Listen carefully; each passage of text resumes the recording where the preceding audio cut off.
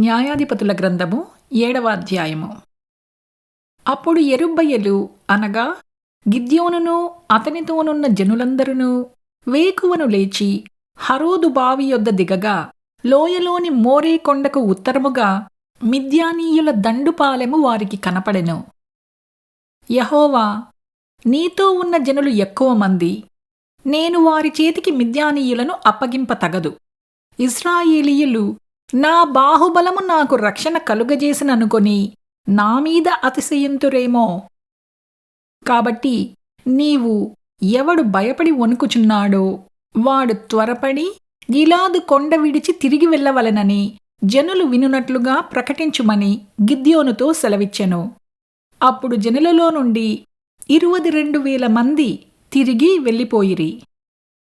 10,000 మంది నిలిచియుండగా, యెహోవా, ఈ జనులు ఇంకా ఎక్కువ మంది, నీళ్ల యొద్దకు వారిని దిగజేయుము, అక్కడ నీ కొరకు వారిని శోధించెదను. ఇతడు నీతో కూడా పోవలనని నేను ఎవని గూర్చి చెప్పుదునో వాడు నీతో పోవలెను. ఇతడు నీతో పోకూడదని ఎవని గూర్చి నీతో చెప్పుదునో వాడు పోకూడదని గిద్యోనుతో సెలవిచ్చెను. అతడు నీళ్ల యొద్దకు ఆ జనమును దిగజేసినప్పుడు యెహోవా కుక్క గతుకున్నట్లు తన నాలికతో నీళ్లను గతికిన ప్రతివానిని, త్రాగుటకు మోకాళ్ళూని కృంగిన ప్రతివానిని వేరువేరుగా ఉంచమని గిద్యోనుతో సెలవిచ్చెను. చేతితో నోటికందించుకుని గతికిన వారి లెక్క 300 మంది. మిగిలిన జనులందరూ నీళ్లు త్రాగుటకు మోకాళ్ళూని కృంగిరి. అప్పుడు యెహోవా, గతికిన 300 మనుష్యుల ద్వారా మిమ్మును రక్షించెదను, మిద్యానీయులను నీ చేతికి అప్పగించెదను. జనులందరూ తమ తమ చోట్లకు వెళ్ళవచ్చునని గిద్యోనుతో సెలవిచ్చెను.